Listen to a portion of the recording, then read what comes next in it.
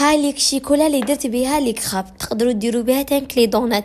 شوفوا ما تقيله ما خفيفه، كل ما تزيدوا تخلوها تريح في الفريجدار راح تزيد تتقل. انا مع الاول كانت خفيفه على هكا، كي خليتها واحد الساعه في الفريجدار اللي ولات هكا شويه شاده روحها، ما فيها والو وسهله. شوفوا هي بنينه تصلح فيها الذوق تاع شيكولا، صح ماشي لدرجه تاع بنينه فور، ماشي بنينه. انا بالنسبه لي تقبلتها شغل بنينه.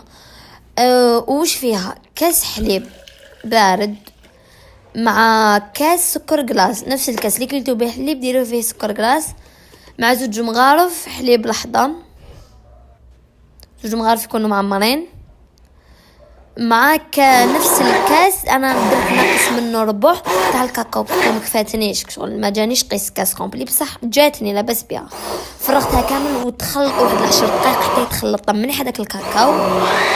وما داك زيدوا جيبوا كاس نص كاس زيت، شو يدور جيبوا نص كاس زيت سير كامل في الزيت، ديروا بشويه وطلعوا واحد 10 دقائق الزيت هذاك النص اقسموه على 3 بشويه وخلطوا 10 دقائق حتى طلع مليح. السر تاعها كي تخلطوا مليح شو تبدا تضرب شكون ما كاش كل يشد ليه كنت هذا تليفون بيدو ندورلكم بيد.